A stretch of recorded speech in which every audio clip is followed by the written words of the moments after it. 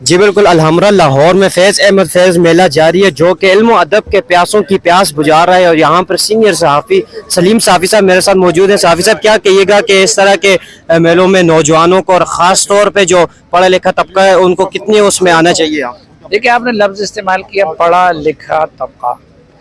تو بدقسمتی یہ ہے کہ اس وقت پوری دنیا اور بالخصوص پاکستان میں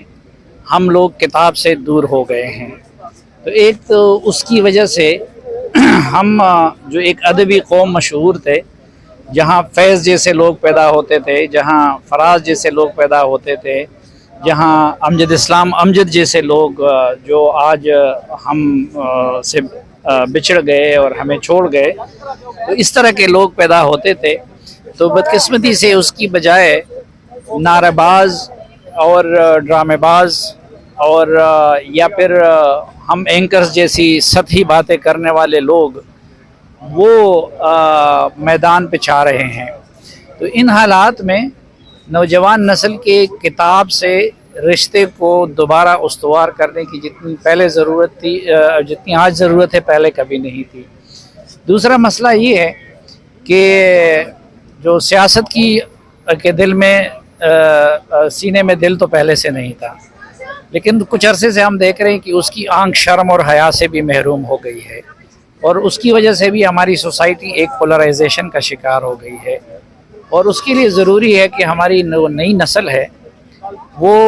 کتاب کی طرف لوٹ جائیں، وہ مختلف فنوں مطالعہ کریں، اور وہ نظریاتی اختلاف کو دشمنی نہ بنائیں۔ اور ایک تیسرا مسئلہ اس دوران ہمیں یہ کہ اس ملک کو بالخصوص ہمارے پختونخوا کو اور بلوچستان کو ایک اور طرح کی دہشت گردی اور انتہا پسندی کا سامنا ہے، اور مذہب کو سیاست اور تصویراتی مقاصد کے لیے ایک ٹول کے طور پر استعمال کیا جا رہا ہے۔ تو اس کی وجہ سے بھی ہماری نئی نسل جو ہے وہ وحشت اور دہشت کی یا تو شکار ہو رہی ہے یا اس طرف جا رہی ہے۔ تو ان حالات میں بھی کتاب سے اس کا ناطہ جوڑنا اور جذبات کی بجائے عقل سے اور دلیل سے اس کو وابستہ کرنا یہ بہت ضروری ہے، اور میرے خیال میں اس طرح کے جو تقریبات ہیں